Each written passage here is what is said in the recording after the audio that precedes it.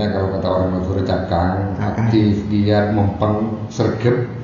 Insya Allah meskipun tidak sekolah umum, insya Allah bisa mengejar dan mengimbangi saja maksimal seperti di pondok yang fokus kepada salaf.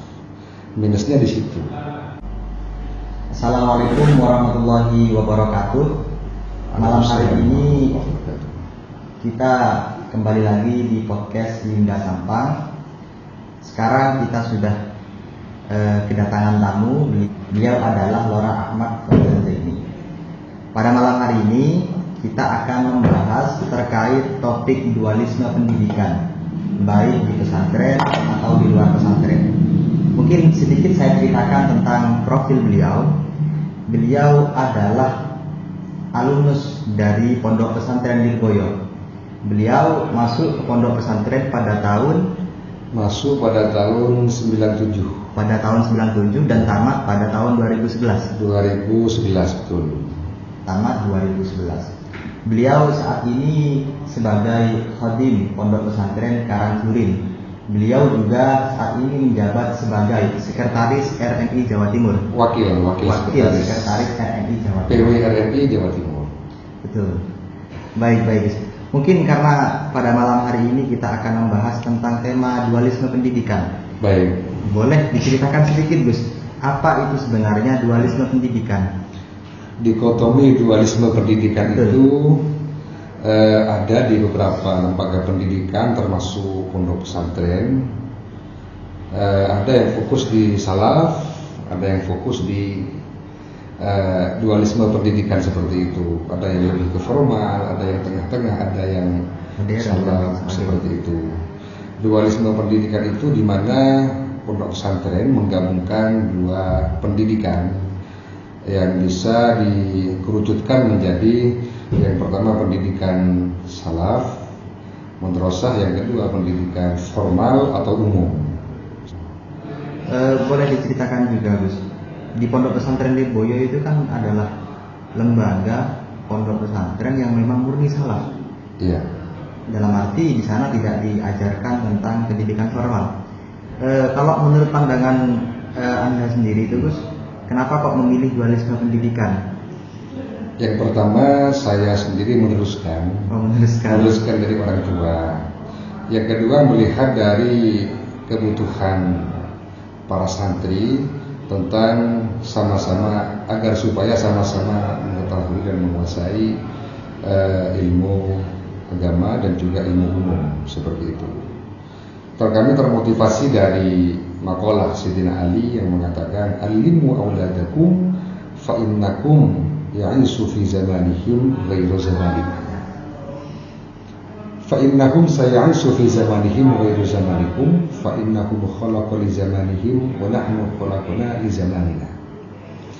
Artinya, ajarilah anak-anakmu sesuai dengan zamannya, karena mereka hidup di zaman bukan pada zamanmu. Sesungguhnya mereka diciptakan untuk di zaman mereka sendiri, sedangkan kalian diciptakan untuk zaman kalian. Seperti itu. Artinya, melihat perkembangan yang ada, saya pikir memang menjadi kebutuhan di masa yang akan datang. Karena yang namanya ilmu pengetahuan ini kan semakin berkembang dan mengalami lompatan jauh ke depan. Tapi kalau melihat di Pondok Pesantren Lirboyo sendiri itu, Gus, di sana kan tidak diajarkan tentang ilmu formal. Ya. Lalu bagaimana teman-teman santri itu bisa mengejar? Bahkan banyak yang mungkin meskipun mereka tidak sekolah formal, tapi ternyata mereka bisa menguasai ilmu itu. Ya, mungkin yang pertama tergantung dari orangnya. Kalau orangnya tersebut kalau kata orang Madura cakang, aktif, giat, mempeng, sergap, insya Allah meskipun tidak sekolah umum, insya Allah bisa mengejar dan mengimbangi zaman. Tetapi kalau dalam beberapa wilayah kalau tidak diberikan kurikulum yang umum, maka saya khawatir akan ketinggalan zaman seperti itu. Yang kedua adalah tuntutan pekerjaan, seperti ingin menjadi dosen, atau ingin menjadi direktur atau politisi. Ini kalau misalkan ada titel di belakangnya mungkin lebih gampang diterima di salah satu pekerjaan. Karena sekarang banyak sekali memang tempat-tempat pekerjaan itu yang memang mensyaratkan harus adanya ijazah itu. Betul, ya. Mensyaratkan harus adanya ijazah. Ketika ada ijazah formal maka lebih gampang diterima. Jadi tuntutan pekerjaan yang kedua seperti itu. Yang ketiga tentu kita mereka sendiri. Seperti di beberapa pesantren, khususnya di Sampang ini sekarang sudah banyak yang mulai mendirikan perguruan tinggi. Kalau di Kabupaten Sampang mobil khusus yang baru ini di Pondok Ranturin, di Pondok Pesantren Kembang Jeru Banyumates, dan di Pondok Pesantren Dr. Ar-Rahmaniyah Rua di Sreseh. Itu baru. Kalau yang lebih lama yang berbasis pesantren perguruan tinggi itu di Prajen, Kiai Mamak Mahfud. Dan kami melihat respon masyarakat ini sangat antusias seperti itu. Baik, kemudian selanjutnya ini juga banyak yang masih bingung, Gus. Ya. Sebenarnya kan kalau misal sebuah lembaga itu memiliki dualisme pendidikan, akhirnya banyak yang mengecam bahwa tindakan semacam itu akan membuat santri itu kebingungan. Ya. Karena kenapa? Karena dia tidak memiliki fokus apa yang ingin dia pelajari. Nah. Pikirannya itu pecah, Gus. Belajar Ya, ini dan belajar itu, akhirnya yang dihasilkan kurang matang, Gus. Maka ini terkait dengan yang saya katakan tadi, yaitu plus minus. Minusnya kalau dualisme pendidikan itu memang yang pertama adalah soal pembagian waktu, di mana santri itu bisa dikatakan diforsir waktu dan tenaganya. Kalau misalkan pagi ini umum, kalau siang ini madrasah, memang di situ agak terpecah gitu.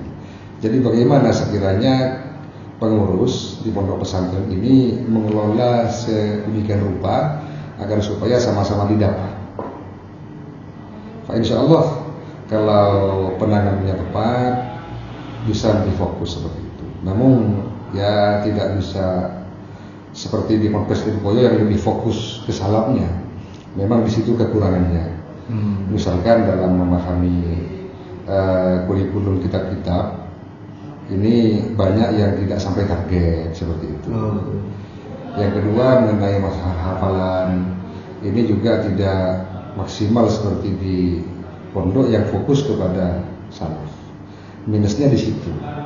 Pembagian waktu.